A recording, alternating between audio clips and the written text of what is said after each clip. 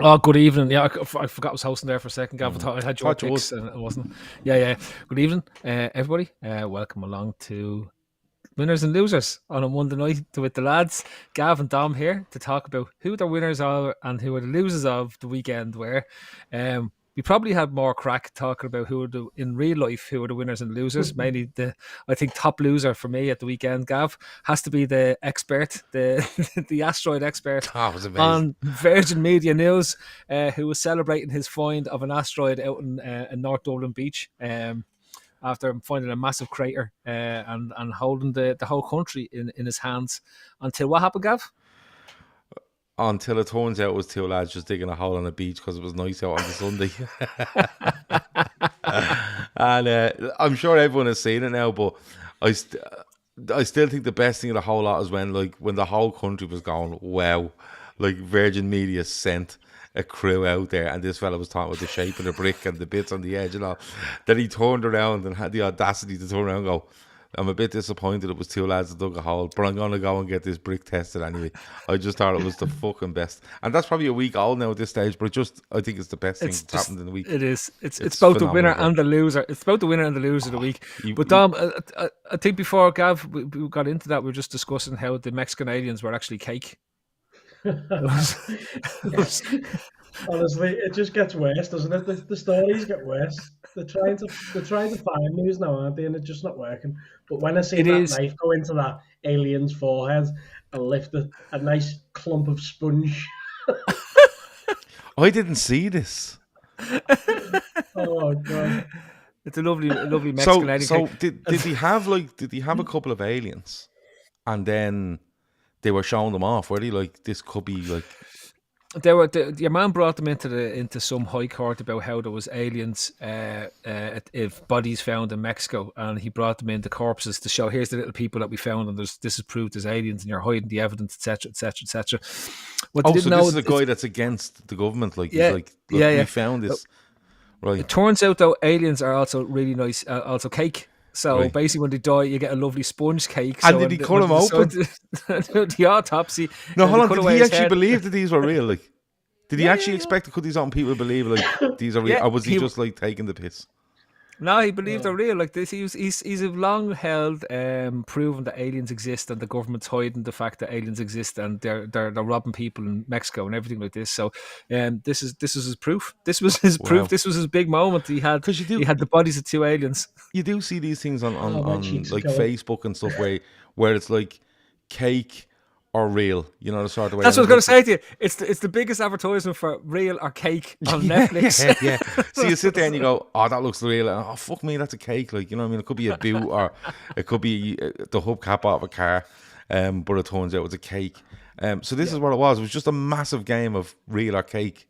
No, I think it's just that somebody made up the aliens to make it look like cake in terms of what it is. Who knows at this stage, right? But I think it's wonderful. I think anything that a voice is talking about Russell Brand at the start of the show is only a good thing, right, for everyone involved. So we won't go there. Anyway, evening all. We're going to talk about football. We're going to talk about sorry, sports. before you do, Dylan O'Rourke says the meteor expert is my brother's friend's uncle, and he sent messages into the family chat before it even broke on Virgin Media. He was chuffed. All I'm going to say, Dylan, can I just tell you, Virgin Media News, they'd let anyone on Virgin Media News. I know that for a fact. Yeah. And they'd let anyone on talk about anything, and they'd believe anything when they go on that news show. Honest to God. There's been some absolute reprobates on Virgin Media News over the years. Including us. Including me. Yeah. I knew where we were going with that. Go on. Maybe the next time we're on, Gav, we can get the asteroid expert on to ask him, does he I'm definitely bringing an alien made of cake. Exactly. Anyway, where are we? So it is the evening. It's winners and losers. There's lots of football on the weekend, and we won't talk about anything else. That's not fun news that's going on there at the moment. Lads, I got your winners, got your losers. It's definitely an interesting bunch. And don't forget, I want you to think now. As I said to you, Gav, I added this segment in. Right. So our last, we've got. We'll just go with the last 5 minutes. Is going to be your quick fire winners and losers of the weekend. If I thought you were going to do the deadly division thing again, where you went 180. I was doing it. Divided by 3, so that'd be about 60 seconds each. But no, the last couple of minutes we have to pick alternative winners and losers, not right? Yeah. Yeah, The okay. quick fire ones that you might have forgotten and things that might pop up in the chat as we go along. So everyone in the chat, you can lash out your winners and losers, and we'll see if we pick up any of them as we go along. Yeah, cool. I don't mind how we start the order tonight, but I think we'll go, Dom, since you're a guest on the show, we'll start with your loser. And let's go there. Tell me who was your loser the weekend, and it better be good, or else I'm gonna just drop you out of the whole show. But I'll be honest with you, every time I come on this chat, I seem to talk about Everton. So it's no big surprise that it's Sean Dyche. The reason for this is Sean Dyche has built a resume and a CV up of being hard to beat and stopping teams get relegated, as he has done it quite a few times. There's no way he's stopping this sinking ship for me. Even the fans have gone against him now, and I think that was the only sort of thing keeping him in the job, if you ask me. And what I'm hearing now over this side of the water is the next 3 games are make or break if they don't get 7 points, which shocked me because they think they're going to get something out of Brentford away. Then he should be gone. And I think he has to be the loser of the week for me, just on the basis of Everton fans wanting Sean Dyche out the club. Phil would argue he should be the winner. If Everton fans want you out, you should actually take the money and run. Look, Yep. I know. I see where Dom's coming from on this. Sean Dyche, you see, when Everton were kind of had that money and they were ready to spend a lot of money, probably 3 or 4 years ago, and they spent it awfully, they should have went and got Sean Dyche, because he would have bought them players where they would have went in and would have been real Everton, in your face, but with a bit of quality, and I think he would have been perfect for them. He's come in there, big red, going in there into, much like Rafa, going into Everton. And the thing for me is that, you expected them to be hard to beat. You expected them to, get balls into your box, make it hard for you to get out, make it real rough and tumble kind of football, and they just haven't. And I think he sold most of the creativity he had. And he's brought in players with Dan June, they think he's creative, but they're trying to play him up front. He's a winger. And they're trying to play him as a central striker. They've brought in this guy, Beto, and all it seems to be is just launcher at this fella, but they can't even launcher at him. They just keep hitting it 20 and 30 yards away from him. And when you looked at Everton yesterday, last season, I think they beat Arsenal, and Sean Dyche is in charge. I'm nearly sure. And they were going on about his first game. Yeah, they're going on about the V and protecting the V and all this fucking madness. But the thing about that day was Arsenal had loads of the ball, much like yesterday. But when Everton won it, they were running channels. They were, holding up the ball, winning frees, winning corners, hitting diagonals, hurting Arsenal, and trying to walk off it. And yesterday, they done none of that. Absolutely none of it.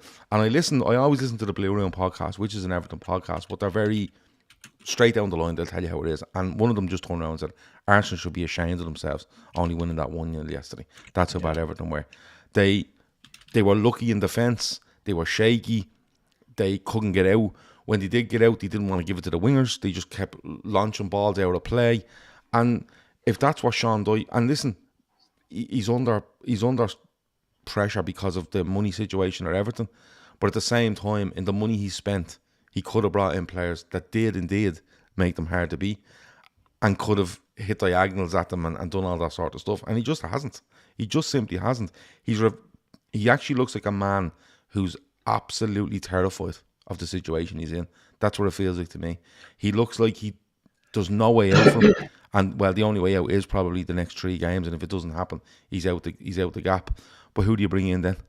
Who do you bring into that squad? And it's absolutely, it's madness what's going on there. And yesterday, I expected them to have a go at Arsenal. If you come out 2 or 3-0 loss, but you've had a real go, you go fine. But that yesterday, I think might be a tipping point for a lot of Everton fans where they go, we didn't have a go. And they absolutely strolled to a 1-0 win. It's very worrying. They're actually, I've just been listening to a space, and obviously them Twitter spaces are some loons in them anyway, but they actually believe this loan money is going to help them. And for me, that's just another loan on top of the loans they've already got. So, it's okay having these new owners in. And they're already calling for Graham Potter's. I heard someone say De Zerbi, and all the Evertonians laughed, to be fair. But Graham Potter can't go to a club like that. So, like you said, Sean Dyche goes out to that club. I honestly couldn't give you a person that would save them other than him. if he can't save them, I can't think of many that can. I agree with you. I think it's one where they just look to me like, you see the fullbacks they play yesterday. Right? They're pinning all their hopes on this lad at centre half who looks decent, Brantway, right? Yeah. You've got Tarkowski that looks shaky as anything. You've got Michael Keane that's all over the place. You've got Andrew Young that's 38 and seems to be in the team for his set piece taken, and they're woeful, right? Yeah. You've got Mikalenko at left back who's just all over the place. You've got Patterson who's meant to be a young right back from Scotland who's been appalling this season for them. And then you go into midfield and that big money Onana has done nothing. Idris Gueye is just going around the place like, whatever. Do you know what I mean? The Corey tries a bit. The new lad Beto might try a bit. Dominic Calvert-Lewin will try a bit. But it's so hard when you have one fella up front and the rest of you are just wandering around the pitch 40 yards from him. It just doesn't work. And he honestly looked like a guy to me yesterday that was out of ideas and the writing's on the wall. Not so much for him, but he knows this is what he has for 3 months. This is what he has. He has a bit of September left, October, November, December. So he's 14 weeks to Christmas, I think it is, till the new window opens up, maybe somewhere around that. And he's probably going to play 14 league games in that time. And I'd be shocked if they got a point a game out of that. Absolutely and utterly shocked from what I seen yesterday. Because them players at some stage are just going to break and go, I can't do this anymore. And these new owners, Standard Liège, they're involved with Standard Liège and they absolutely despise them. This to me looks like... but this looks like someone that's coming in here now and going, right, these are at the lowest ebb. They're building a new stadium. What can we do to go in there, right? Reduce costs massively, make our money and sell it on. That's what it looks like to me. And from every angle, it looks like it's all over the place. I don't know what you think of it, Phil, but it's 1 point from 5, and you can argue the teams around you, Phil, but like the other teams around them look like they're even having a go. They might score a goal. These don't. I'm just amazed we're picking Dyche because, like, he's of all the things that's a problem at Everton. He's not the biggest issue. No, they've he's just not. been sold. They've just been sold to a group of lads who like to asset strip clubs and get them relegated. They're hated by the Standard Liège fans. Genoa raised a bond, a £4 million bond to keep the club afloat with them having invested in. Hertha Berlin have had massive protests across the whole club to try and get them out of the club, right? And they got relegated on the back of them buying the club, right? So we're not talking about this. This crowd have formed absolutely turning a mess into a sinking black hole of shite that leads to the fans becoming incredibly rowdy and vociferous in their dislike for their owners. How do you make Everton fans more vociferous and dislike their owners more than what they have at the moment? All they need to do is sure to set fire to Goodison Park and the new stadium and just burn out every single piece of Everton memorabilia that's left at the moment. Well, I got to be straight, right? If I'm picking loser of the week and it has to be something to do with Everton, it's Jordan Pickford, and I'll keep that for later on. But when I go through everything, right, there's one connection here.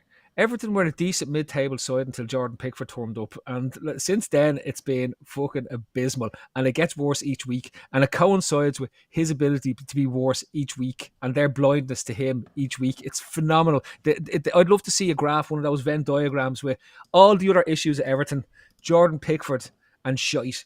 And the other problems will be over on their own, and there'll just be an interlocking of those two circles between shite and Jordan Pickford, and that's it. That's it in a nutshell. So Dyche can leave the club. He can go. If I was him now, I'd take my payoff and run, because he's guaranteed another 5 jobs in the Premiership, right? Because Everton is. Look, I'm a Chicago Bears fan, and I keep referring to the fact that I feel like an Everton's fan watching them on a weekly basis, because anything they do, anything that should go right goes wrong. Every time they get like something that's meant to be quality, it goes wrong. Every time they seem to be on a run, it goes wrong. No matter how much they spend, no matter how much they change, no matter how much they try to do the right thing, it goes wrong.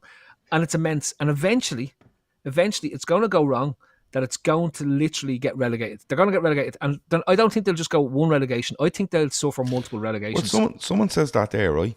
And They said if they go into the championship, Archie says if they go down, the championship will absolutely destroy them. Passio reckons they'll be fine because the fit and proper crew will do their job and stop it going through. I don't know what's going to happen with this 777 crew. If Fit and proper. But Saudi Arabians were chopping lads up I know, in rooms, right? But I get that, right? But what I'm saying is, right, Phil, and I know you're hosting, I'm going to ask you this question because you're into the financial side of stuff, right? What is the reason behind this crowd coming in here? Because I know there's mega TV deal come, but you have to be in the Premier League for that. They have they've massive debt on the club, right? Because I think their income to wages ratio was up around 87, 88%, right? They've lost all the Usman off money. Mashiri doesn't want to put any money in. I don't know what the 777 crowd are giving to Mashiri to get him out. And they do hate Mashiri, and they probably hate him even more for selling to this crowd. But Everton fans go, oh no, these are coming in, these will fucking save us, because that's how the carry on is. But what do this crowd get out of it, Phil? Because if they go into Everton now, okay, and they want to asset strip and they want to reduce costs and stuff like that, the chances of them making moves in the January transfer window would be minimal, all right? If they go down, what do this crowd get out of owning Everton? Because like you said, you could have multiple relegations. You do have the big stadium, or the 50,000 seater stadium on the docks, right?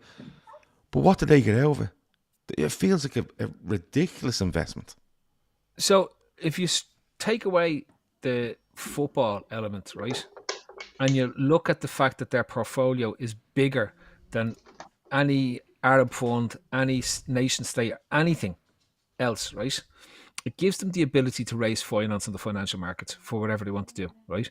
They're a fund that's meant to live off their investors' investments into it. So if I can show a huge fund.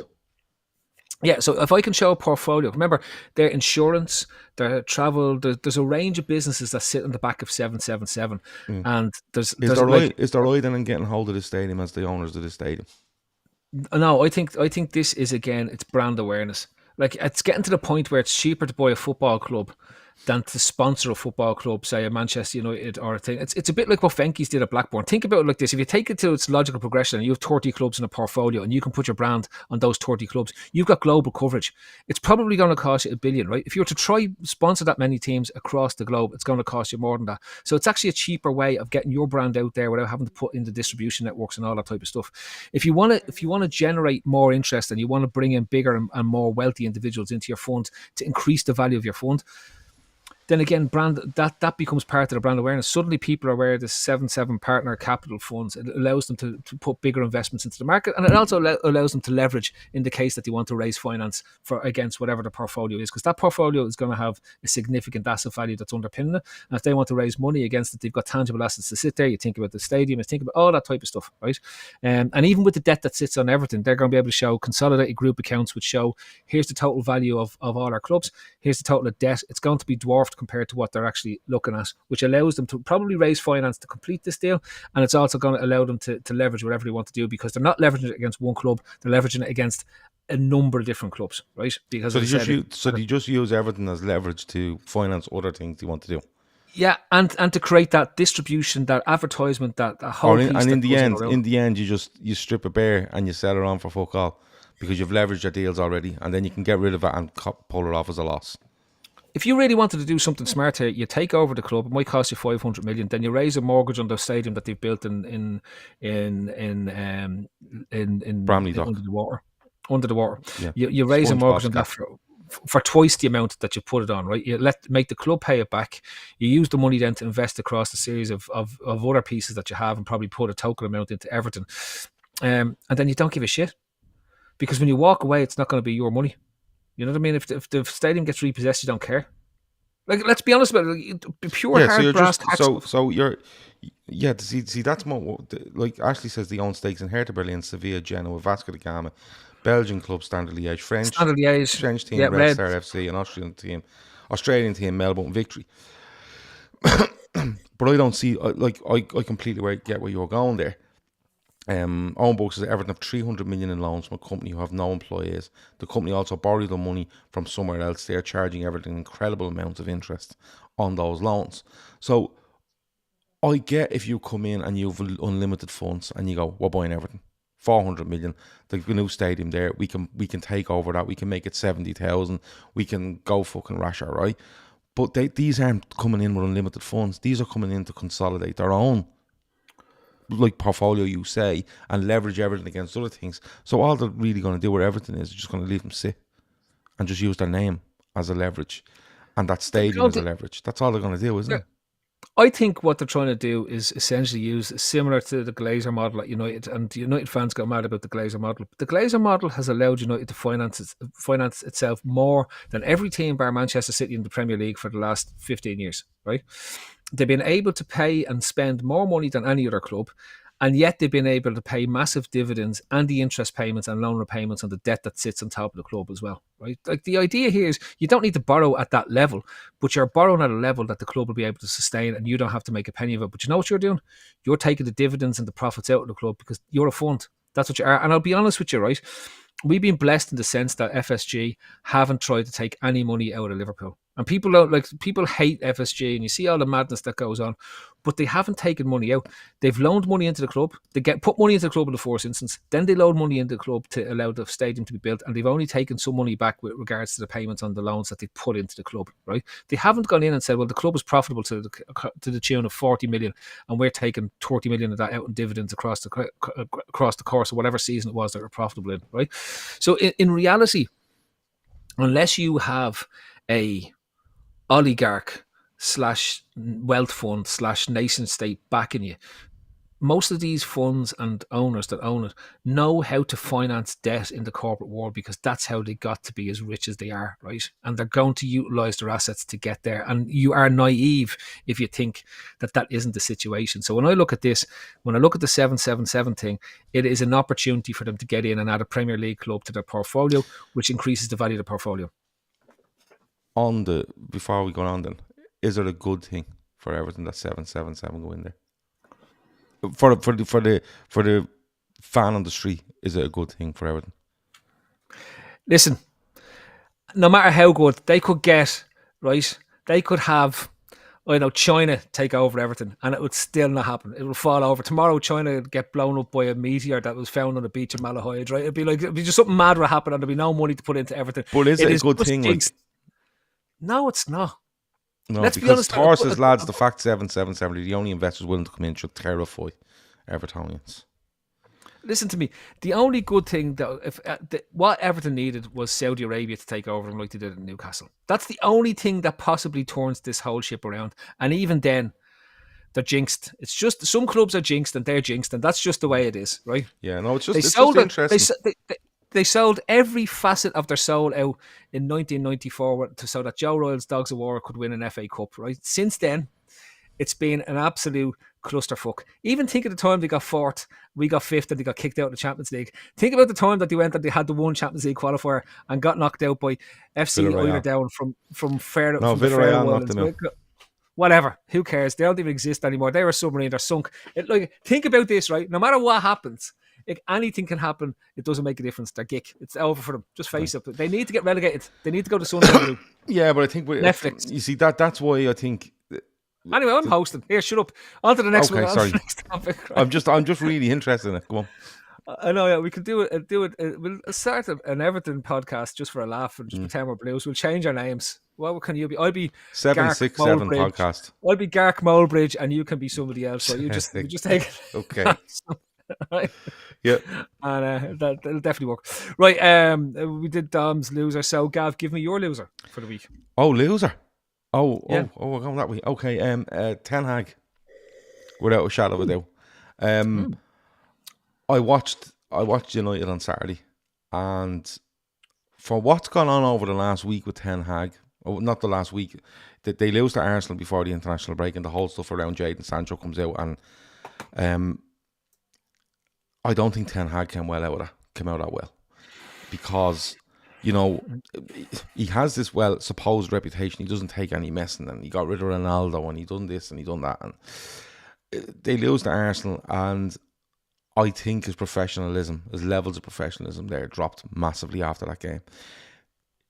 If he has an issue with Jadon Sancho, and Jadon Sancho has an issue with him, Ten Hag should have been man enough to go to him and say, listen, I'm going to get asked about this. We have got an issue. We're going to try sort it.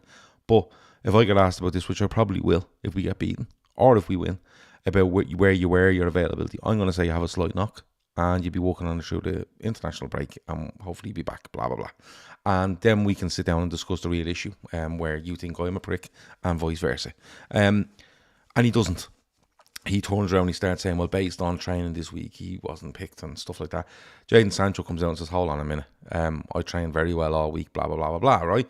Now, then it comes into this game on Saturday. And the reason I was thinking about Jadon Sancho during this game was not that I thought Jadon Sancho would massively improve Manchester United, but I looked at that game on Saturday and thought to myself, what are these people doing in training if these are justifying being picked in this team?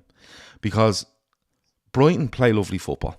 Okay, they're neat, they're tidy, they move, they're brave on the ball from back to front. I get all that, but honest to God, Phil, Brighton played at a little above a pedestrian pace at Old Trafford on Saturday and ripped Manchester United to shreds. Okay, it wasn't mad fast, bum bum bum bum bum. It wasn't. The second goal in that game, Brighton started with a goal kick. Okay, and they moved the ball about 60 yards up the pitch. They come back. They then move it into the middle of the pitch and switch a ball. And this guy on the wing doesn't run fast for it. He just strolls towards the box, passes it inside. Another fella drops the shoulder and scores. It's a really good goal to watch. Aesthetically beautiful to watch. But I'm watching Manchester United players now. Rashford literally does not run. In the whole move, does not run. The midfielders don't press. The defenders don't tackle. The midfielders then don't track. The centre halves are literally falling over themselves trying to get out of the way. And I'm looking at this guy on the sideline who 2 weeks ago said a player didn't get picked because of his performance in training, but I've picked that 11 to go out and do that. So they must be bollocks after training on a Friday and just can't do it on a Saturday. And I think he's getting away with murder. I genuinely think he's getting away with murder here. And I speak to United fans and he said to me, he came third last year and he won a League Cup. Hold on a minute. He came third last year, right? And there was teams around him were appalling. Chelsea, appalling. Liverpool, appalling. Spurs, not much better, right? All appalling, all right? And won a League Cup, fine. Won a League Cup. I've no problem with that. But they've gone out this season, and I think they're going back towards what Ole Gunnar Solskjaer was doing with them. No pace, no trying, no pressing, no tracking, hope to win the ball, hit you on the break, score a goal. That's it. And if that's where Erik ten Hag is 15, 16 months into the job at Manchester United, with a bigger spend, I think, than most around them, I think he should be in trouble. I think he absolutely should be in trouble. And I think the only thing that's saving him right now is certain media personalities, former players, who continue to run this narrative about their owners, which has valid reasons to it, but is not the main problem right now. Them players on the pitch cost a lot of money, and he's there to train them, and he's there to coach them and put them into a system, and he simply isn't doing it. So for me, after that, at the weekend, as soon as that second goal went in, I said on Monday night, he's my loser of the week. Dom, how do you feel about Erik ten Hag? Or the ball? I'm a Gav on that, to be honest with you, because I'm half thinking he sort of put the nail in the coffin for me when he gave Bruno Fernandes the armband. I think that was a bad choice to start with, and then they've give Rashford the posh Theo Walcott 350 grand a week. Honestly, I just don't understand what his plan is. I don't see it on the pitch. I don't ever feel like they're getting any better under him. I don't fear them to start with, and I can't wait till they come back to Anfield if he's still there, because that, like I said, that Fernandes one was the biggest thing for me. He's going on about these players, let's say Jadon Sancho not putting it in training, but then he's got players who aren't putting it in on the pitch when it actually matters. Okay, it might matter on the training pitch, but you know, in front of these millions and millions of people, you've got Bruno Fernandes walking around the pitch at Anfield booting young lads that are taking the piss out of him. And then you've got like so Rashford not getting back. Does he have to? I don't know. That's maybe his role that they give him, but for him to let people walk past him, I don't know. I kind of feel like certain decisions he's made, he thinks that he can live off the Ronaldo one by doing this with the players like Sancho. Well, I've done it to Ronaldo and I've forced him out, so look at me, I can do it to anyone. And I kind of feel like he's letting his ego get the best of him as well.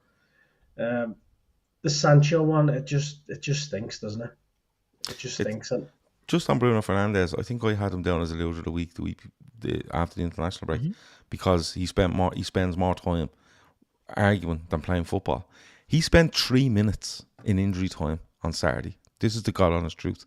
He spent 3 minutes running around after the referee at Old Trafford on Saturday during injury time, only to be booked. That's what he done on Saturday. The captain of Manchester United ran around in the referee's ear while the game was going on. Kept doing it. Instead of going, I'm a footballer, I'm meant to play football and do things for this football club. Now I'll just argue with this fella running around in the black. And that's where he is at this moment. And Dom's right. When you start picking captains like that who give up at Anfield after 60 minutes when you're getting hammered, you give him the captaincy, and he spends more time running around arguing over what's going on rather than, making things happen. And to dispel that argument by winning games, it goes back to the manager. I don't care. Like it's like Paddy Power said at the weekend. One of the Glazers should have tracked that run from Adam Lallana at the weekend, or tracked that run from Danny Welbeck. Like this is where we're at now. I just think he had. If it wasn't for the Glazer stuff, I think Ten Hag would be calling for his head, like literally now. But that narrative continues to go, so he'll get more time. As I said, was it last week when you picked Bruno Fernandes? I said no, he's the perfect symbol for what United have been for the last 13 years, right? And he is. Ten Hag is just another. I'm actually quite surprised. The only thing I'm sort of hesitant just to go 2 feet in on this, because he was called Eric 10 games at the start of last season because it took about 7 games to get them going, right? So I want to see them past those 4-7 games and see what happens. I think it was. Any United fan was terrified of this Brighton team coming to Old Trafford based on the performances that have been going on for the first few games of this season, and rightly so. I think what Brighton did is, I think De Zerbi is a smashing manager, and he's done amazing with Brighton. And I think the Brighton recruitment team have been phenomenal. And if I could sign them all up on a contract in 2 years' time and put them in Liverpool, I'd be a happy man. To be totally honest with you, right? Like I just look at it and just go, if you could just lift that structure and put them in and give them more money, because that's what they get. Imagine what they could do, because that's essentially what Liverpool did under Klopp for the first phase of what the Klopp thing looks like. So that's the best compliment I can pay De Zerbi in terms of who it is. It's the way they play football reminds me a lot of how Guardiola's football when he started, and sort of that phase between Barcelona and Bayern Munich when he got there. There's a verticality to their play that makes sense of all that passing that goes on. Because if you think of what Barcelona was like when Guardiola left, it was all just keeping the ball for the sake of keeping the ball and giving it to Messi, and Messi does something of magic and they score 10 goals. Like, you know what I mean? Whereas when he went to Bayern Munich without that, he had to change the way he played and went from horizontal really to adding a verticality, which changed and made the game the way he plays more attractive. And that's the credit to the way Brighton are playing. I really like how they do. Now, that's Brighton aside. Coming back to Ten Hag, everything Ten Hag does makes sense if they offload Harry Maguire, they're able to offload Sancho, they sign adequate replacements, they don't have to rely on Johnny Evans, and their midfield makes sense. Okay? Everything he does makes sense. When you fail to offload those lads and have to play them, when you have to rely on fellas that you've ditched now to pick you up out of the hole that you're in, when you sign a fella who in goal who has no arms, who's even worse than Jordan Pickford, right? Like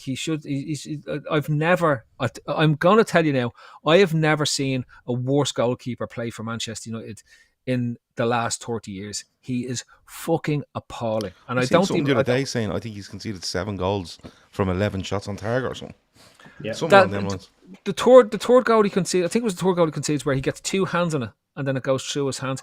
Honestly, we had to live through all this. Gav, I said this to you the other day. This is peak us being shite, right? Like this is when we knew that any chances of us ever being relevant was a long way off in terms of what's there. And that's what's happening here. And I'm going to sit back and I'm going to relish it. And the more that you have the Gary Nevilles out there giving out that it's all the Glazers' fault, the more I'm just going to sit back and say, you're right, Gary. You're right. It's the Glazers' fault. You should keep Ten Hag there for Another 20 years. And do you know what? Give him another 400 million to spend, because he's spending that money brilliantly.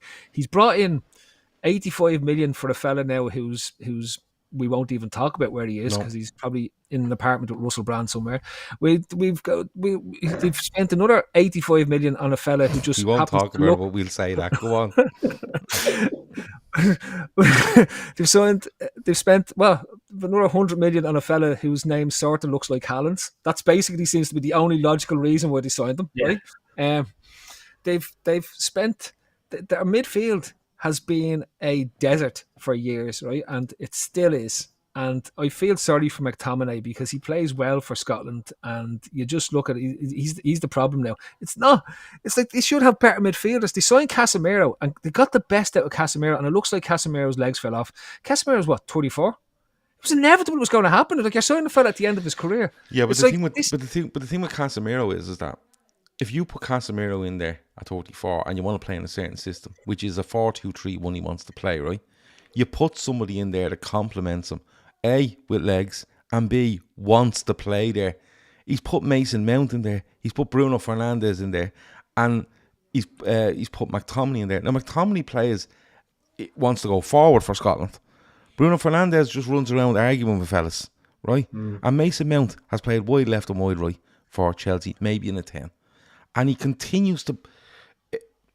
It's like Mason Mount was linked to another club and they went, no, we'll get him. We'll show you how it's done. We'll get him. For what? It doesn't matter. Just get him. And instead of turning around going, I'll tell you what we'll do. We'll put him on the right-hand side. And we'll put Rashford on the left. And we'll put this Highland fella up front. Right? No, that's not what they're doing. Right?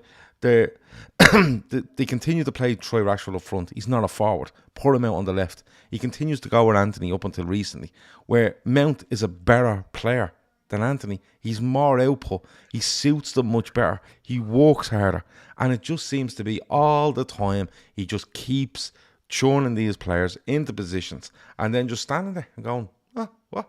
Like, like even when you look at Wan-Bissaka, he completely gone Wan-Bissaka last season. Gone. Nowhere to be seen.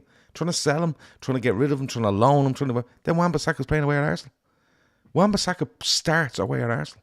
And it's like he keeps buying these players. There's no plan behind it. He'll fall out with a load of them. He'll put them in the team. And listen, Liverpool won at the weekend.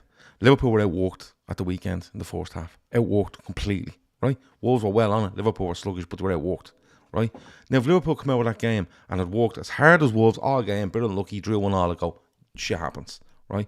But he's putting these players on the pitch and they're not working.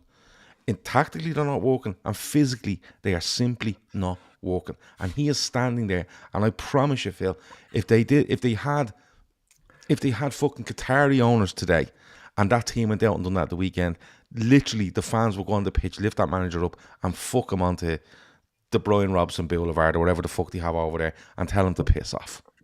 Listen, that's what would happen. I'm telling you, look at the team. They sign lads who haven't been able to stay fit for a week, right? And then they're acting surprised that they've loads of injuries. It's like if you sign injury, it's like when we signed Thiago. I've said this to you before, Gav. I sat on the podcast and said, look, I think Thiago's a great signing, but I'm terrified we'd only get somewhere between 22 to 25 games a season now. When I think it's pointless because we need somebody who's going to go in there and spare more. And he's averaged 24 a game since he came here. Yes. You don't. This is what you do. You sign your man Varane, and he's a Rolls Royce defender when he's fit. The problem is he's only going to be fit for 24 games a season. And and now it's like, oh well, if Varane was there, we would have done this, and we have to play Johnny Evans, and we've had to bring Harry. No shit. You have your man Lisandro Martinez, who is like, he's not even tall enough to be in the Smurfs football team, and to play him at centre back is ridiculous, right? Yeah, but they call him the butcher, Phil.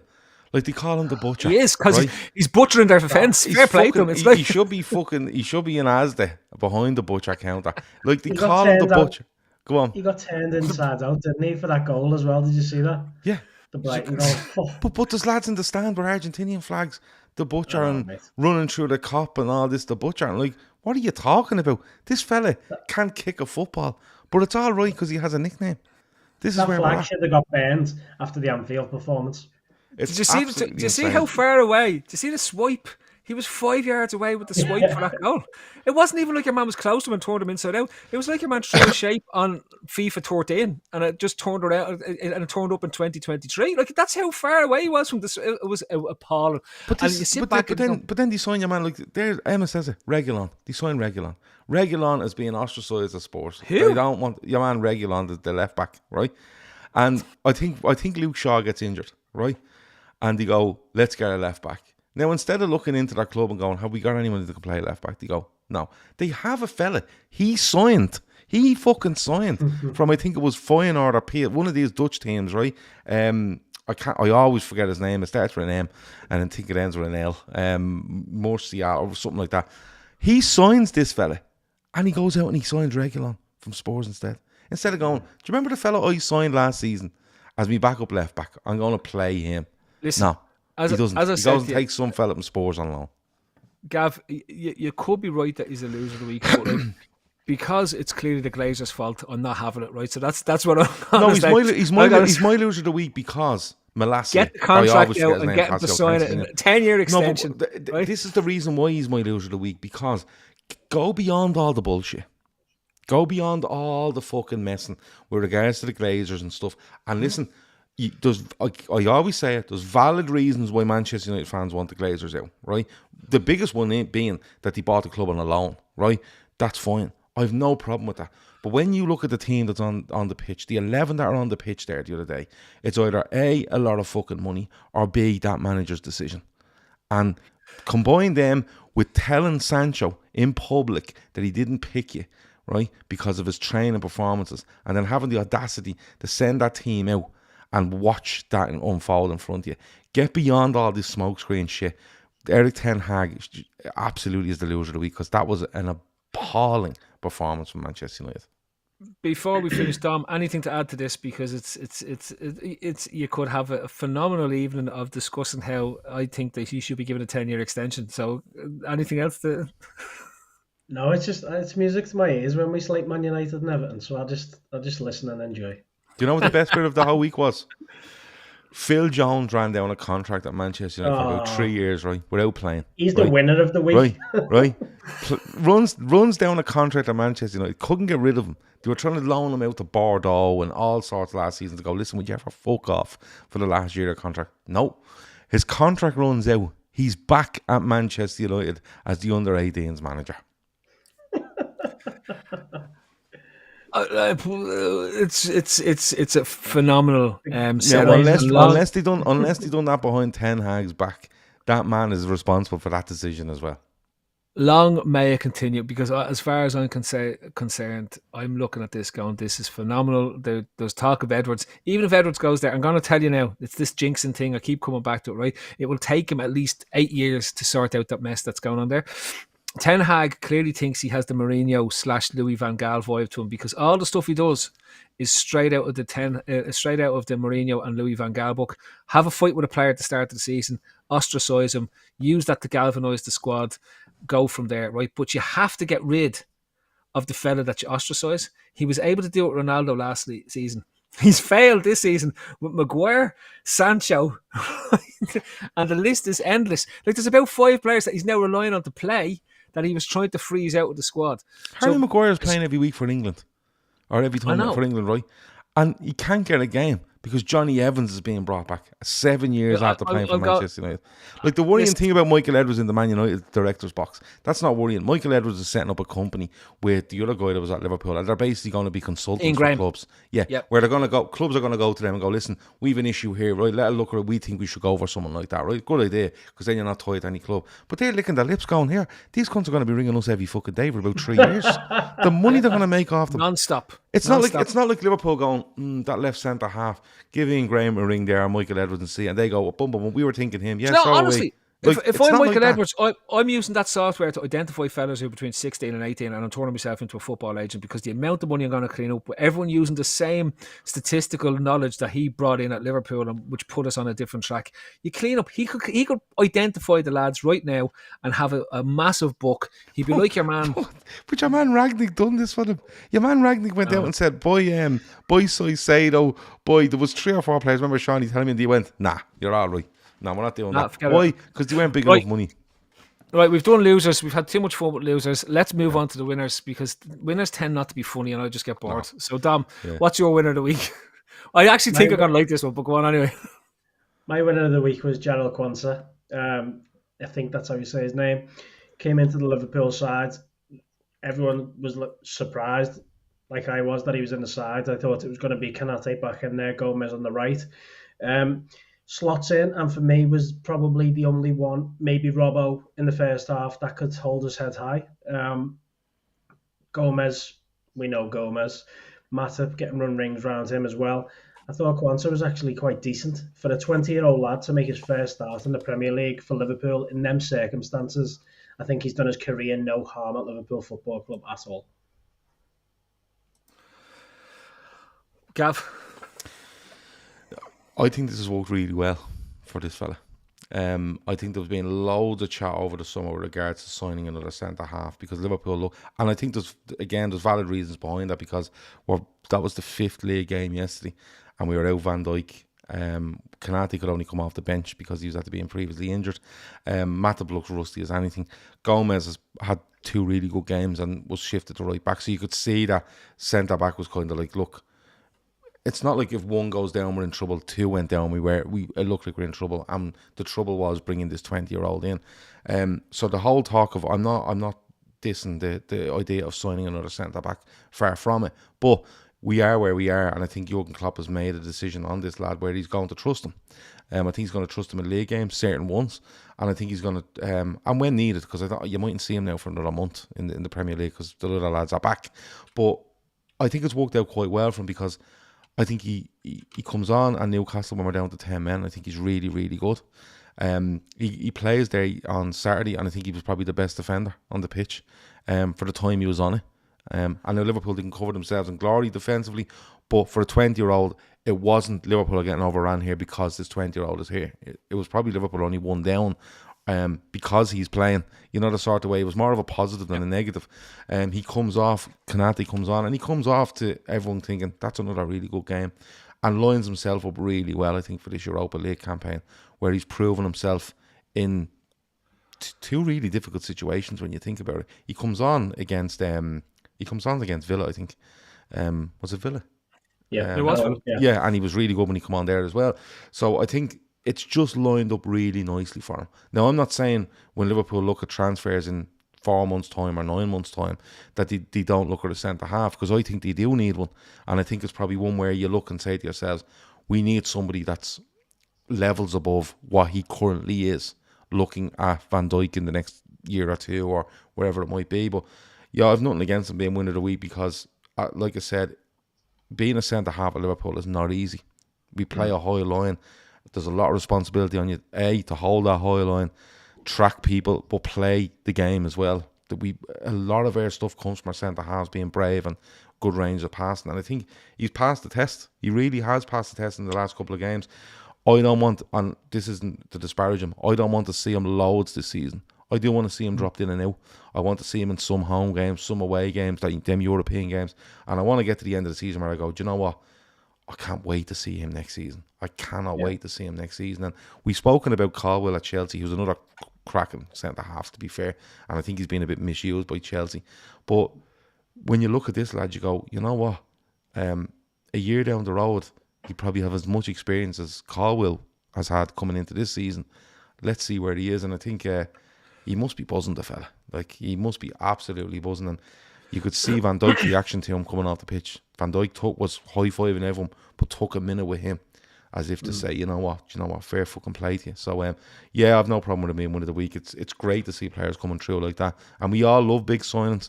We all love quality signings. But when you see someone coming through like that, when they're brought through properly and drip fed at times and then put in for a run, taken out, and you see the progression, and you're already seeing already. I think it's brilliant. Yeah, let's not forget he's been there since he was 5 years old as well. So 15 years down the line, he's living a dream already. No one can ever take that away from him.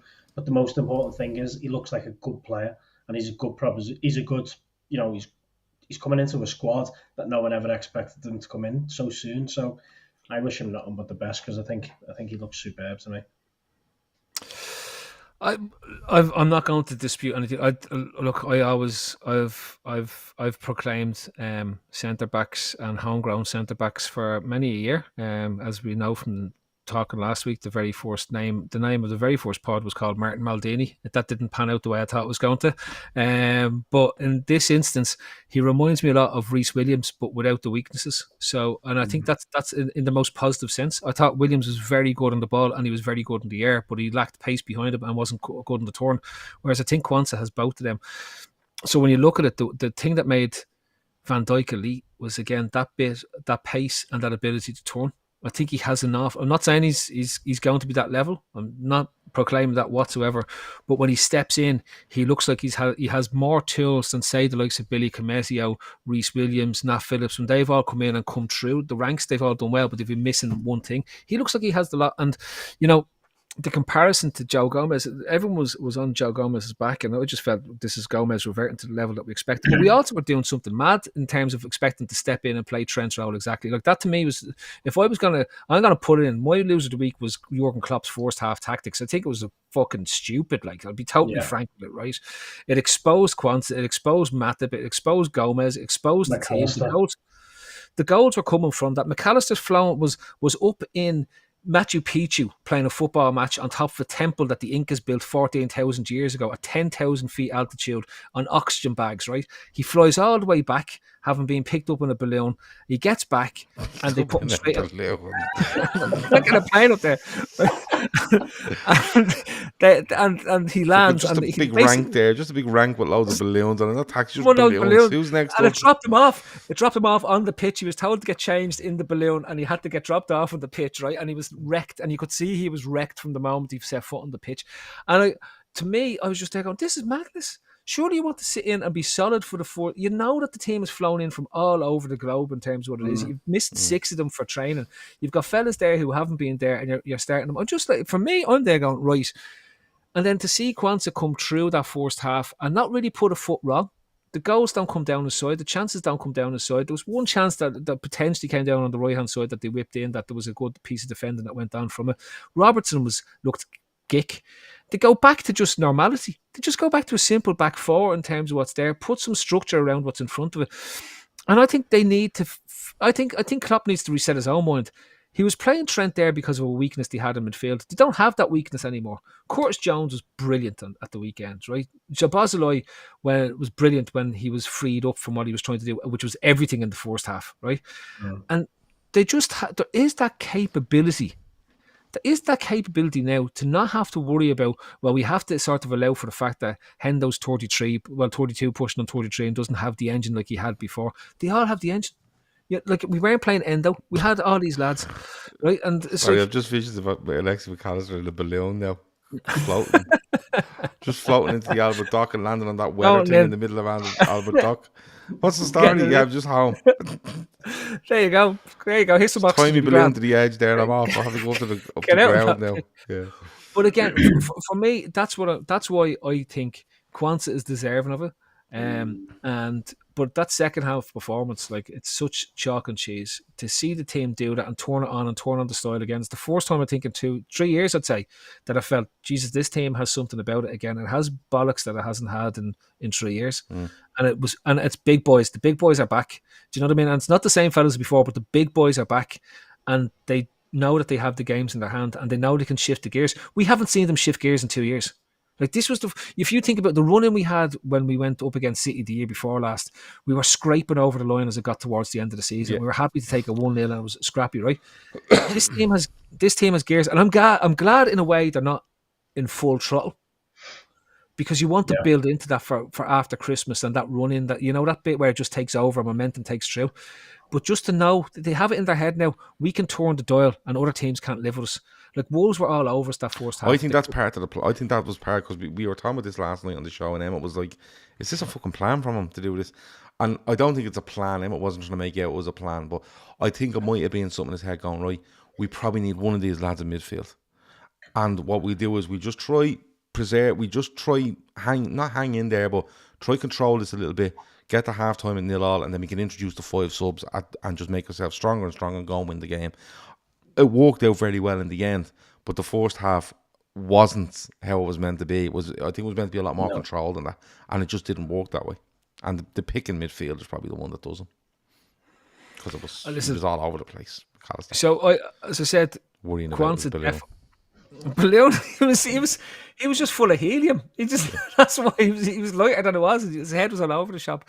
But honestly, I think Quansah. I'll give you Quansah. I think it's a great show. You've done well there, Dom. He doesn't like the winners most weeks. No, I don't like the winners. I could argue about other things. I could ask you why are we talking about Salah? He's just glorious, and he's got another 3 assists in his back pocket, and he's just it's just stupid. It's football stupid. He should do. And Harvey Elliott should get the last goal as well. That's stupid. It used to, like, if Peter Crouch's first goal for Liverpool is Peter Crouch's first goal for Liverpool, then Harvey Elliott's was way more on target than Crouch's was. Yeah, but if Harry Kane's out swearing his daughter's life that he touched the ball like when he didn't, like, it should be Harvey Elliott's goal. Jordan Pickford should be up in court over the amount of language he used against those linesmen, and there's not even a hint today. There's not a hint. Right, we're getting onto this, Gav. Don't worry, we're getting onto this in a few minutes, right? Okay, in terms of what's there, but I'll just in terms of what it is. It's to me, I'm giving you Dom. I'm going with it. So, Gav, your winner of the week. Paul Heckingbottom, please, John. Grand, because we're coming into this is we're sliding now into the area that we want to really get into. Yeah. Because honestly, right, he should literally be banned for 2 games and £100 fine, because that's the rules nowadays, as we've seen in recent weeks. But I watched that interview. And I thought to myself, do you know what? If he gets the fine, everyone that supports football should be putting money in towards that fine. Because he spoke so much fucking sense, to the point where he went, they don't know what they're doing. They don't know what they're doing. We're trying to tell them what's wrong, and they're looking at you as if you have 10 heads. So, for anyone that doesn't know, Paul Heckingbottom is the manager of Sheffield United. They were beaten late on by Spurs at the weekend. They were 1-0 up with going into injury time. It was 12 minutes of injury time. Spurs scored in the 90 plus 11, so that'd be 101, isn't it, by my maths? And Ollie McBurney gets sent off simply for telling the referee that his shirt was being pulled. He gets sent off for that. Okay, and Paul Heckingbottom does an interview which is about 2 minutes 20 long, I think, when I watched it earlier. And what he basically says is look, forget the football stuff here for a minute, right? We lost the game. Forget the football stuff for a minute. But what he's saying is that they are going to officials and Howard Webb with certain issues that the lads want sorted, and isn't it Howard Webb that does it, yeah? And the different issues here and there, right? And literally, referees do not know what they're trying to referee here. He's saying, look, you go in at half time, you get 2 or 3 minutes of injury time, and next of all, there's 12 in the second half. So he's like, where is this coming from? Now, he made a point of saying, forget the football stuff. Like, it's disappointing to lose the game, but he cannot get his head around what the referees are doing and how they're trying their best to influence football games with their own narrative and their own way of looking at things. His argument is there shouldn't be a narrative and their way of looking at things. There should be one way to referee a game, and you referee. You know, the sort of way, like, you take. And I know where he's coming from, because I watched Arsenal yesterday, who had 4 minutes of injury time at Goodison Park in the second half yesterday. The substitutions would have made up 4 minutes of injury time at Arsenal yesterday. Arsenal took 26 seconds to take a corner kick yesterday before they scored. 26 seconds. 26 seconds is a long period of time when you're watching a guy standing at a corner flag with a football. It's a long period of time. And he's just... I think his whole argument is they're just making these numbers up now to, form their idea of how this game should go and how this game should end. And I think he's the winner. He's my winner of the week by a fucking country mile, because I'm blue in the face talking about these idiots. And I know for a fact there's going to be someone in the chat tonight or in the comments tomorrow going, they were talking about the referees again. But when this continues to go on, you have to keep talking about it. You have to keep pointing it out. If Liverpool win every game from now to the end of the season, after 6 games, are we just going to stop talking about it because it's boring, because Liverpool keep winning and it's the same thing? No, we're not.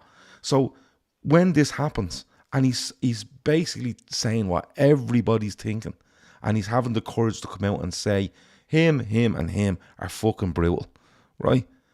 He should get a fine, because he shouldn't, but the way they're going now, he will, because everyone has to protect the PGMOL and all their members. And I just think he's the winner of the week by an absolute mile, and fair fucking play to him. And if he gets a fine, I hope someone sets up a GoFundMe to pay it. Send me the link and I'll throw a few quid in. 100%. Paul Heckingbottom, he got a round of applause on my gaff. I called all the members of my family in at the weekend. I went, listen, All the members have a board meeting. Clap at the telly, I said. Just clap at that telly. Don't mind that balloon going but has in the background. Just clap at the telly. It's important. Blow the balloon. Blow the balloon.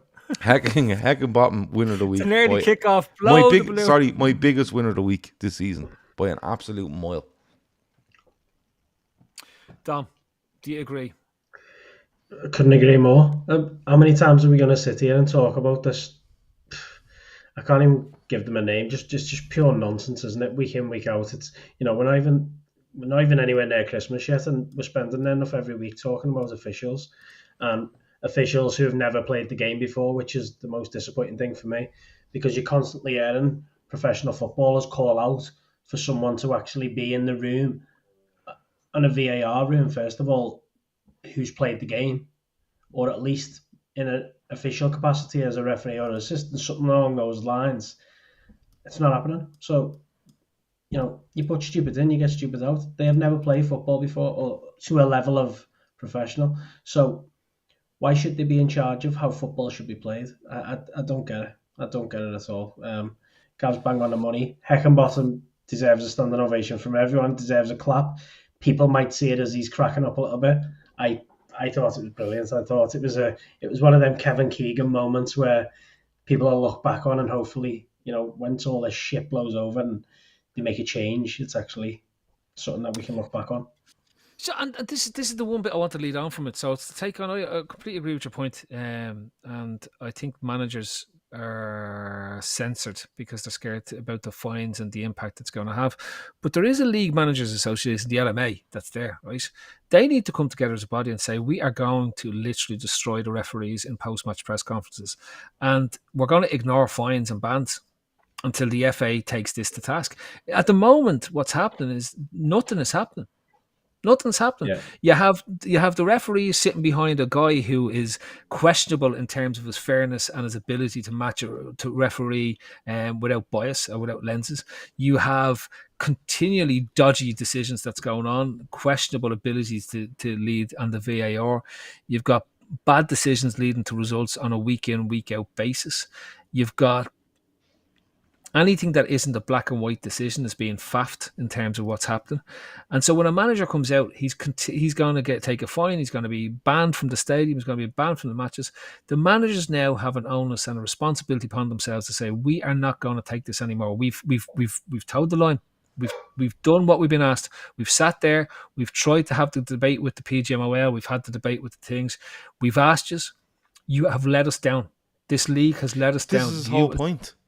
His whole point is that you keep giving us these directions on what's to be done, and we're following those directions. You're making decisions that go against those directions, and when we question it, you're looking at us as if to say, what are you talking about? Like Robert Maguire says, I've seen players of the weekend kicking balls away, no yellows, they must have changed the rules again. No, they haven't changed the rules. But what happens is they make a big song and dance of it for one weekend. People get booked, Trent Alexander-Arnold being one of them. People get booked, and then people go, well, that won't happen again. But it just continues to happen. But they've made their stand on it. That's there. This week they're making their stand on this. And this is Heckingbottom's biggest point. Keep giving us all these rules to play with. And when we play by them, and the referees step outside them, and we go, what's going on? The referees are looking at them as if to go, what are you talking about? And I know where Dom's coming from, going, it's kind of a fair play to him and the Kevin Keegan moment, but people will laugh at him for that, right? But at the same time, I think it has to stop where people laugh at him for it, right? People actually have to go, you know what, he's right. And other managers have to come out and say, do you know what, fuck it. Let's all take a fine. Let's all put 2 million. Let's all put 2 million quid into the PGMOL's account and go, here, we're saying what we fucking want on Friday's interviews, because you're going to do us 100 grand, and all the managers will stand away, and it has to get there, because what happens is the tribalism and all this, and we all argue about decisions and stuff like that. I don't mind the decision where we can argue and go, I'm not too sure, but it's actually when they do stuff where It's their rules they're not following.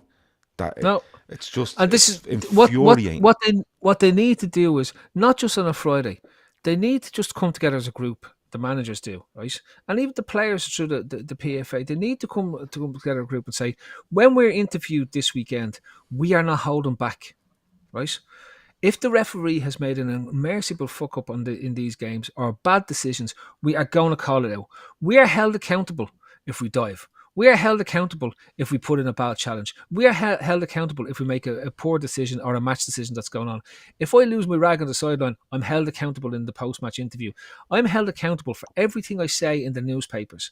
These people don't have to explain the decisions, don't have to apologise, don't get held accountable, are being hidden from the decision-making process that's going on.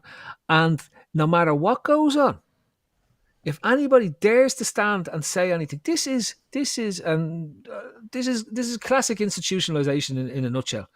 You cannot say anything against the institution. It's the police force, it's the government, it's all that type of stuff that sits in the media.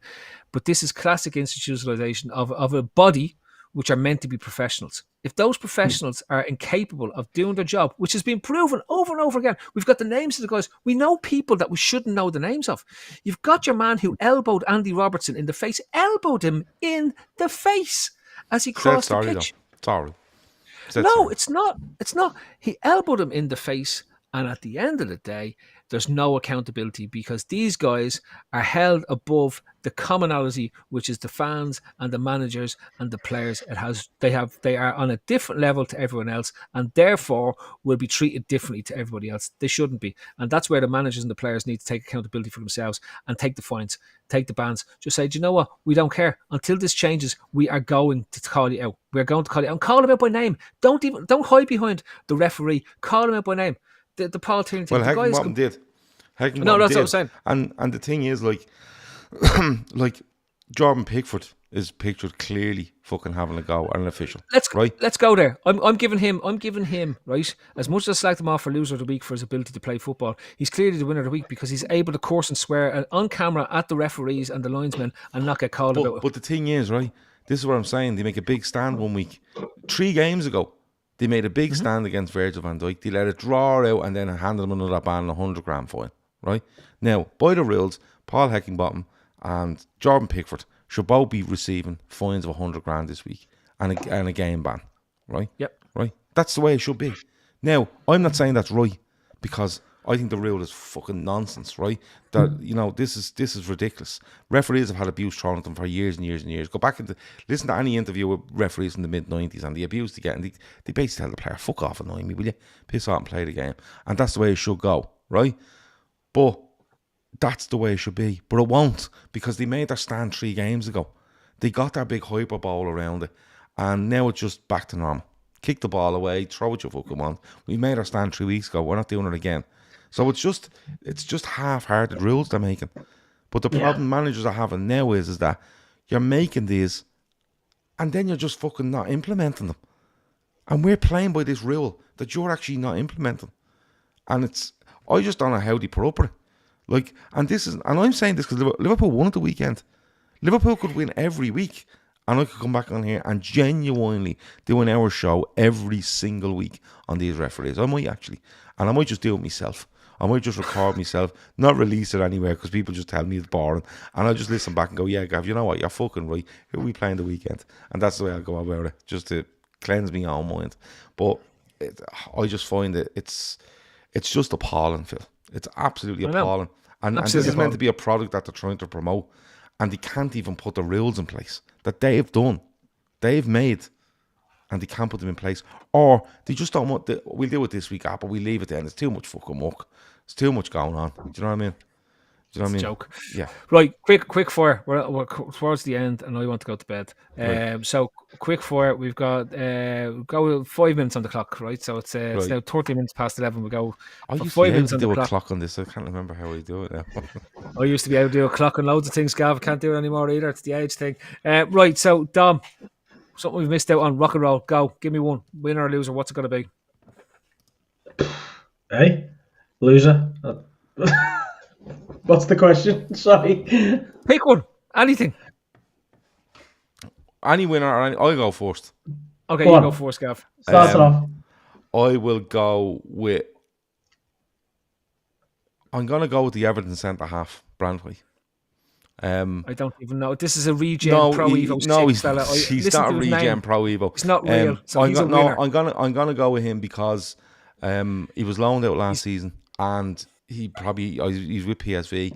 He probably had to look on and go, how am I not playing ahead of these shitheads? And he's actually turned up, and he actually looks like a proper defender. Despite how bad Everton were the weekend, he looks a player. So as much as I've lashed Everton, I think Brantway was really good the weekend. So I'll give him. I don't know who he is. I just want to commend him on being able to get out of a cartoon that he was in as part of Royal Rovers, like AHA in 1984's Take on Me, and turned himself into a real footballer on Everton pitch. Well done, whoever you are, Brantway. That's fair play to you.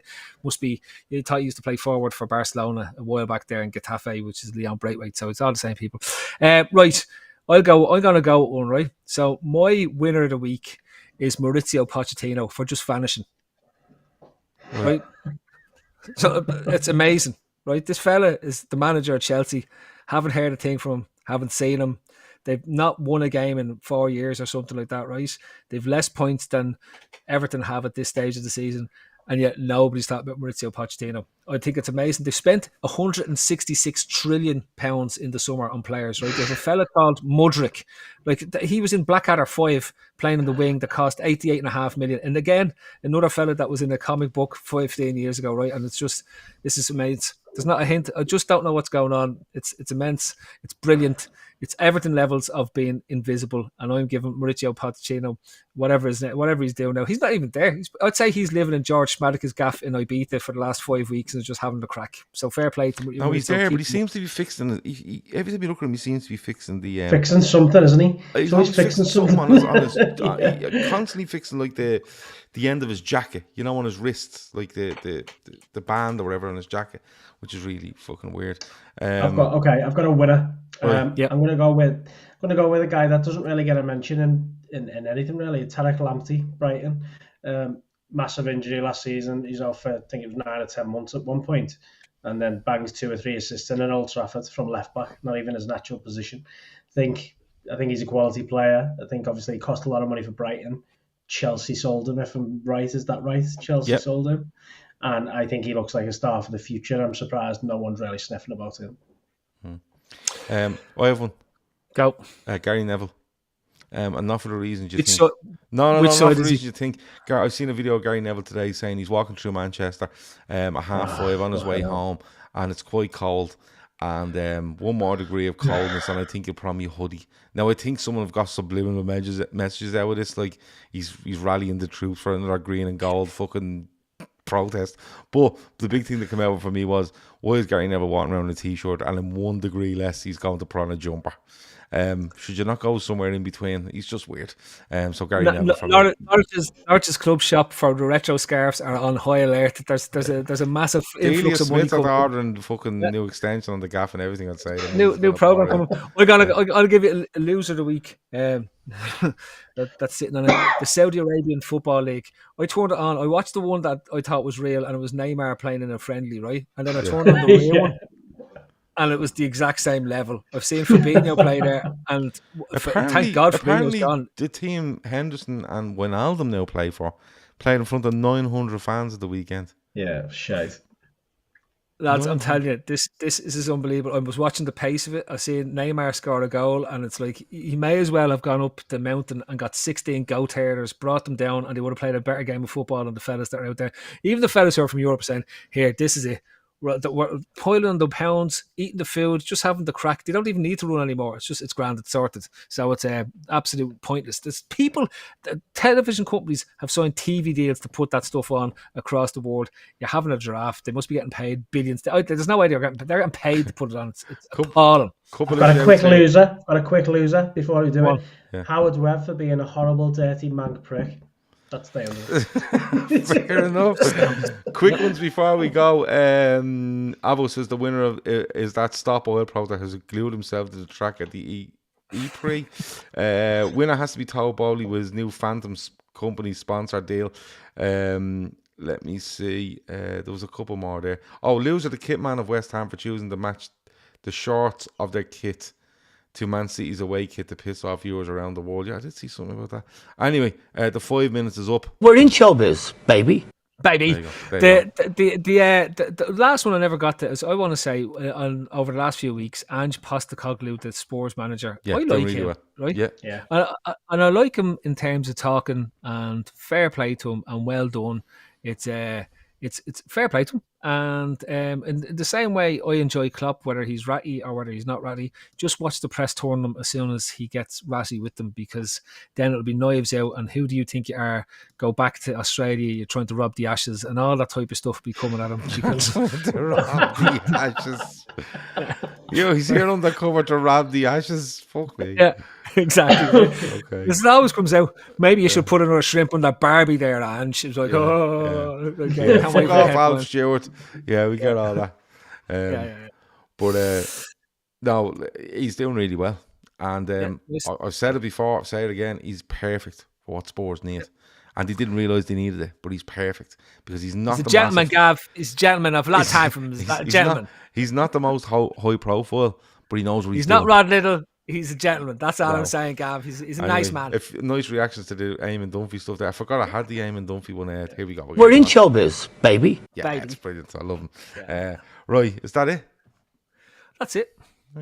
Did you actually on the Eamon Dunphy one? Did you see the story that was hacked up and it wasn't actually about him at all during the week, where it was claimed that Eamon Dunphy betted that he could outsprint Mick McCarthy before the 1990 World Cup, right? Yeah. And so this is, I can't remember who put it out. Tony Cascarino. It was in his article at the weekend. Come here, Cascarino.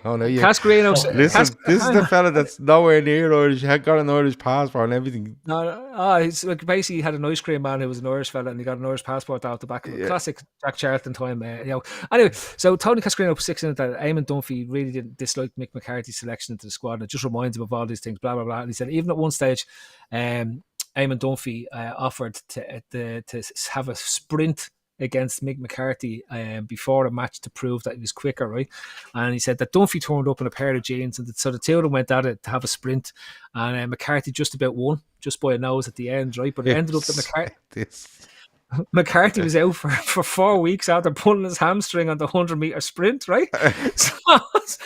So anyway, it turns out that it wasn't actually Eamon Dunphy, but it did happen, right? This is the best bit about it. It did happen. It was, I think it was Mark McCadden or something. He was the sports writer in the Evening Press at the time, right? And he went out and he had a sprint before a Republic of Ireland football match against Mick McCarthy, to which Mick McCarthy pulled his hamstring and was out for 4 weeks, and he just about beat a journalist, which actually proved how slow Mick McCarthy was as a centre back. Wowzers. And on that, I'll give you Johnny Evans. If anybody wants Johnny Evans, I'll have you in a 100-meter sprint. Not a bother at all. I'm 46. So do it. Let's get it on. Come on, get us out of here. Have we anything to plug before we go? No. Okay. Right, folks. Thank you for all the wonderful comments in the piece. Thank you, Dom, for coming on. Dom, do you want to plug anything before we go? This week's episode on the podcast is Bruno Shearout, a man forgotten by many. I got him on my grey and black Liverpool shirt because I was told he was the next Zidane by Gerard Houllier. Turns out he wasn't. Scott's a great winner at Stamford Bridge, though. Oh yeah. So he's on this week, and we talked about Houllier. We talked about obviously being labelled the next Shearout. We talked about Dyche and his antics in the dressing room. Steven Gerrard being the technical director at Lyon, and he was to be fair to him, he was a top fella. His English was brilliant, and he spoke fondly of Liverpool. So yeah, have a listen. Bruno Shearout, he wasn't the one that was cousins with your man who scored in the Champions League run for us, and you would have had them down as unlikely cousins. What was your man's name? Played Latalik. Latalik. No, it was Pongal. Pongal and Latalik were cousins. That was it. That's strange fact of the week. People that are out there. Were they? That's the yeah. They were both signed from Le Havre together, weren't they? Yeah, they were. Yeah. So, and they were cousins as well. So there we go. Yeah, that's it. That's never right. knew that. Gav, you said we've not the plug. So Ashley, you asked me I'm running up any new mountains. No, I'm not running up any mountains until November, when I'm running in a charity race across the Dublin Mountains for the Dublin Wicklow Mountain Rescue Teams. So that's the next time I'll be doing anything at all in that levels. Anyway, that's been the winners and losers. That's been Gav. That's been Dob. I've been your host, Phil. Good night, God bless, except for Howard Webb. It's a fucking man prick. Bin. Mark that.